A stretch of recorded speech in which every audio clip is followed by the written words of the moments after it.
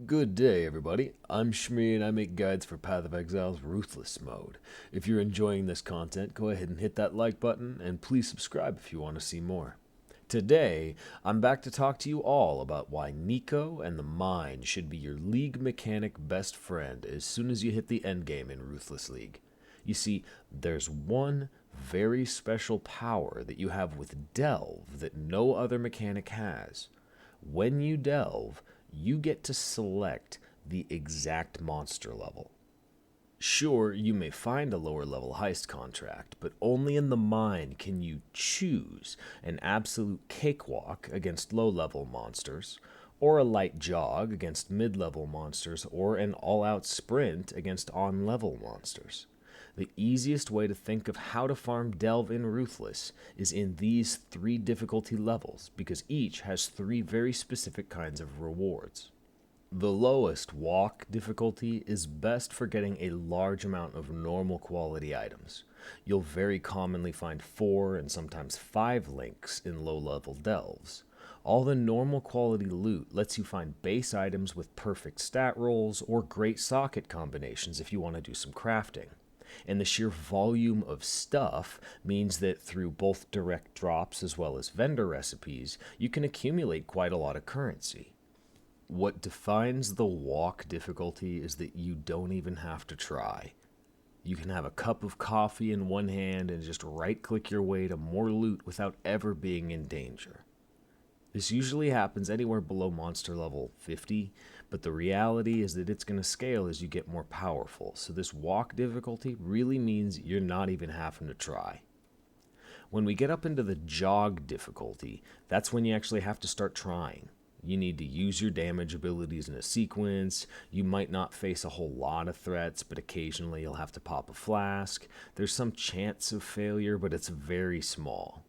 If you want a good test at the end game to see where the difference between walk and jog difficulty is, start by subtracting 20 levels from your character level, or you can just start off at monster level 50. 50 is usually quite easy and it's usually the upper end of the walk difficulty, but it's going to depend on your build and your gear. In all of Path of Exile, doing jog difficulty delves is hands down and by a wide margin the best way to farm gear. You will get such a gigantic amount of rares and quality loot drops. The only thing that you're going to wish for is that you had even more sulfite. It is the best way to farm, and it's not even close. Now, the last that we're going to get to is run difficulty. And to be completely frank, it's something I recommend all Ruthless players avoid. Delve monsters are tougher, there are a lot of extra desync issues that you'll have to deal with. Failing a delve means you've just burned the sulfite and you've lost it now.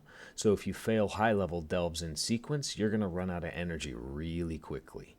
Yeah, I know that level 74 weapons cache is really tempting, but most likely if you try to get it at level 74, you're just going to get knocked on your face over and over and over again. Delving on level or above level is almost never a good idea. It is bait in Ruthless, pure and simple.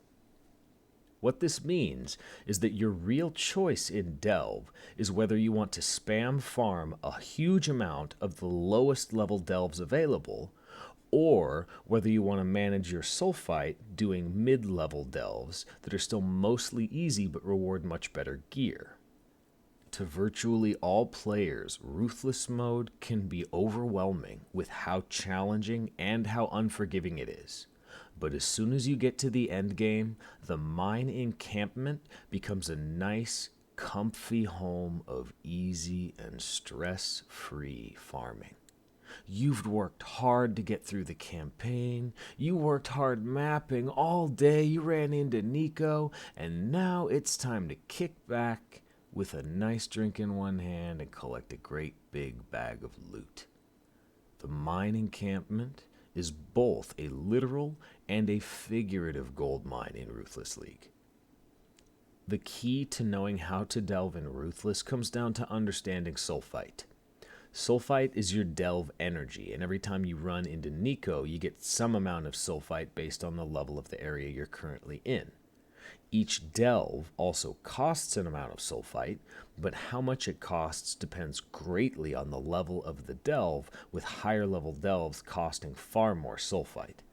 This gives you an advantage that you can squeeze. You gain sulfite at the rate of an endgame character, but if you're mass running low-level delves, your sulfite cost is incredibly low. That means the advantage is that you can run a ton of encounters for virtually no energy. You can take a look at what I managed to do this morning. Here's my delve map from the original 200 sulfite or so that I got from Nico when I ran into him during the campaign.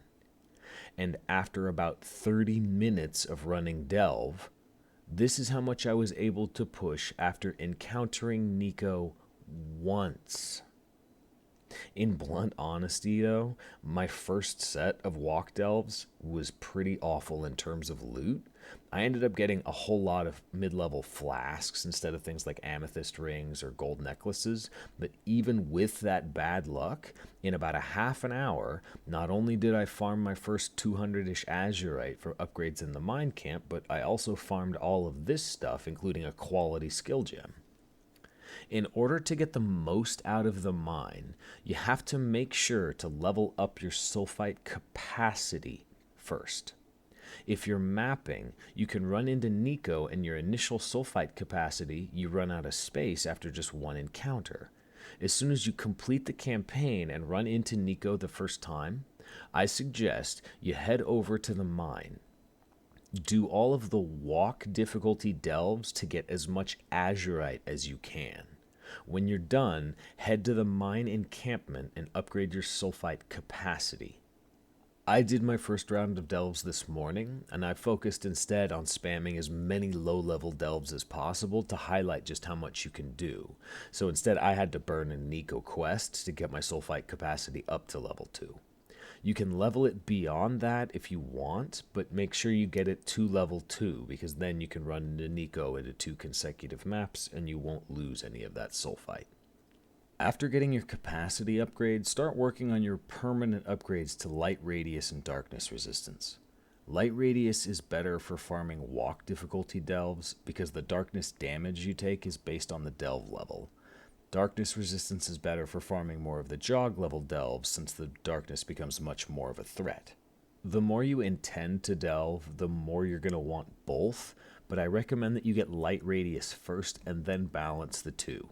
If you've ever played a game like Cookie Clicker before, then you've already done this. It's not about focusing on the upgrade level, but it's about keeping the upgrade costs similar.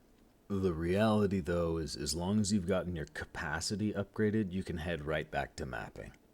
You only have to come back if you run into Nico so many times that you get near your sulfite capacity and don't want to waste any.